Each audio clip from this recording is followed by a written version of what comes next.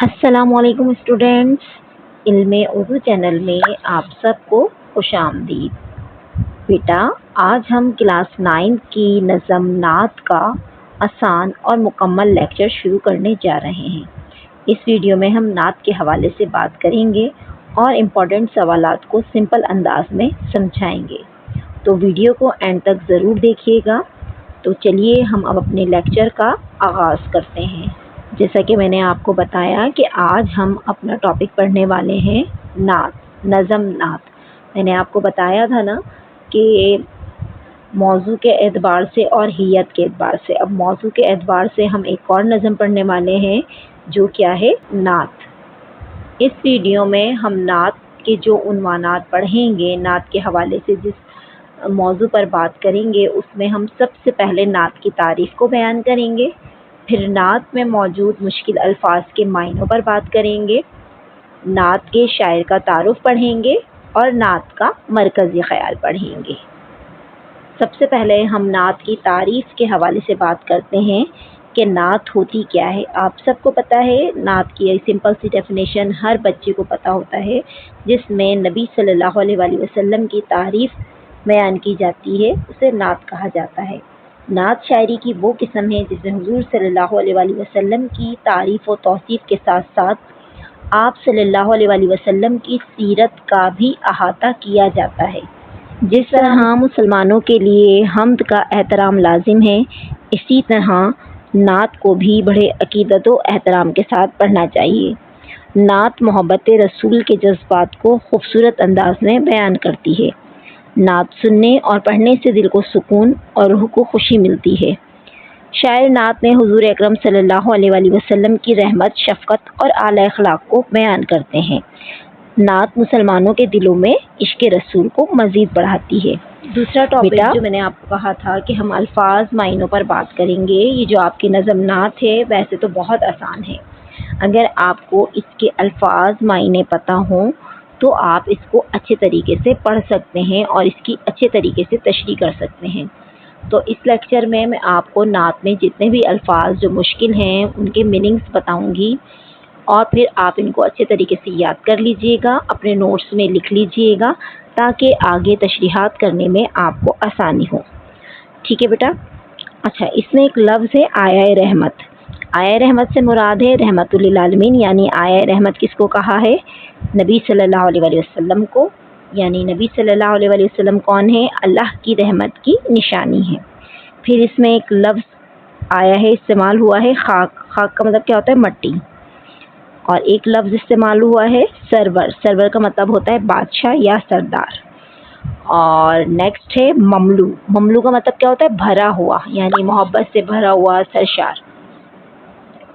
شافع محشر۔ اچھا، اس نعت میں نبی صلی اللہ علیہ وآلہ وسلم کو مختلف القابات سے نوازا گیا ہے۔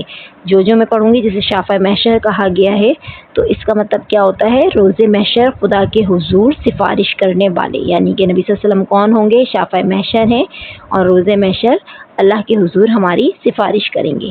پھر اس میں نبی صلی اللہ علیہ وسلم کے لیے کون سا لفظ استعمال ہوا ہے؟ مرسل داور کا، کہ آپ صلی اللہ علیہ وآلہ وسلم کی ذات انصاف کرنے والی تھی، یعنی مرسل داور کا مطلب کیا ہے؟ انصاف کرنے والے۔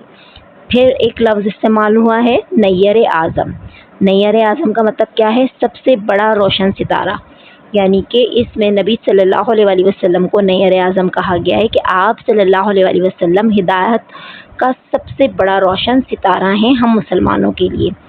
عالم کا لفظ استعمال ہوا ہے جس کا مطلب آپ سب جانتے ہیں، دنیا۔ اچھا، مونس آدم، انسانیت کے ہمدم، یعنی آپ صلی اللہ علیہ وآلہ وسلم کو اللہ تعالیٰ نے انسانیت کا ہمدم بنا کر بھیجا۔ اور ہمدم کا مطلب کیا ہوتا ہے؟ دوست یا رفیق، رہبر، رہنمائی کرنے والا، راستہ دکھانے والا۔ تو ہمارے نبی صلی اللہ علیہ وآلہ وسلم کون ہیں؟ ہر موقع پر ہماری رہنمائی کرنے والے ہیں۔ پھر اس میں ایک لفظ استعمال ہوا ہے قاسم کوثر۔ قاسم کوثر مطلب حوض کوثر سے پانی پلانے والے، یعنی آپ صلی اللہ علیہ وآلہ وسلم کی ذات حوض کوثر سے اپنے امتیوں کو پانی پلانے والی ہیں۔ اچھا، ایک لفظ اور ہے، مطلب اتنے مشکل لفظ ہیں کہ آپ کو جب میننگ پتہ ہوں گے تو آپ کو تشریح سمجھنے میں بہت زیادہ آسانی ہو جائے گی۔ ہادی، ہادی کا مطلب کیا ہوتا ہے؟ ہدایت دینے والا. مطلب ہمارے نبی صلی اللہ علیہ وآلہ وسلم نے ہر موقع پر مسلمانوں کو کیا دی ہے؟ ہدایت دی ہے. مسلمانوں کو نہیں، تمام انسانیت کے لیے آپ صلی اللہ علیہ وسلم ہدایت کا ذریعہ ہیں. تاریک دنیا کا مطلب کیا ہے؟ دنیا چھوڑ دینے والے. اور ایک لفظ استعمال ہوا ہے مالک عقبہ، آخرت کا بادشاہ، یعنی ہمارے نبی صلی اللہ علیہ وآلہ وسلم کون ہیں؟ آخرت کے بادشاہ ہیں. اچھا، کان مروت کا ایک لفظ استعمال ہوا ہے نبی صلی اللہ علیہ وآلہ وسلم کے لیے.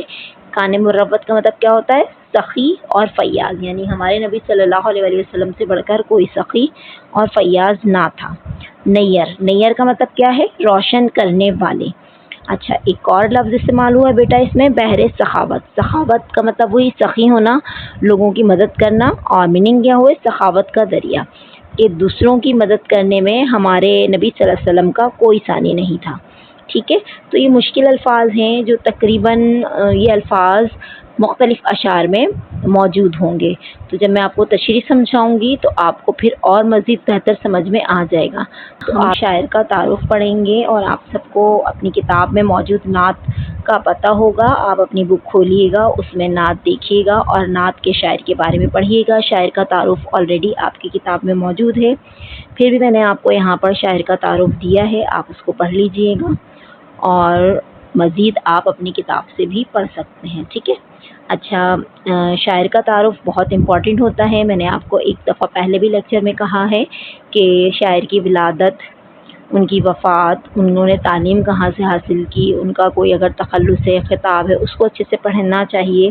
اس کے علاوہ ان کی کتابوں کو اچھے سے پڑھنا چاہیے، کیونکہ ایم سی کیوز میں اسی ٹائپ کے سوالات لازمی آتے ہیں. اگر آپ کے 15 ایم سی کیوز ہیں تو تقریباً 8-10 ایم سی کیوز نثر اور نظم کے جو تعارف مصنف اور تعارف شاعر ہوتے ہیں انہی میں سے آتے ہیں.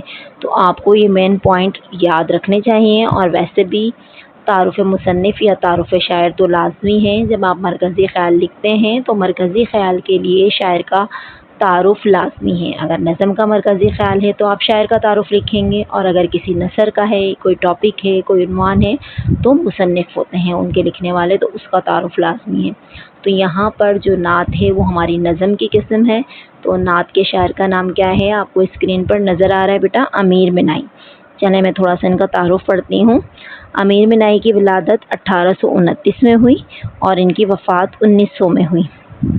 امیر احمد منائی، ان کا پورا مکمل نام کیا ہے؟ امیر احمد منائی ہیں، جو لکھنؤ کے ایک دینی اور علمی خاندان میں پیدا ہوئے. آپ نے طب، لسانیات، تصوف، فلسفہ، منطق، تاریخ، موسیقی، ریاضی اور قانون کے علوم حاصل کیے. یعنی امیر منائی نے اتنے سارے علوم حاصل کیے. آپ کا شمار بڑے بڑے علماء میں کیا جاتا ہے. آپ کو اردو، فارسی اور عربی زبان پر عبور حاصل تھا.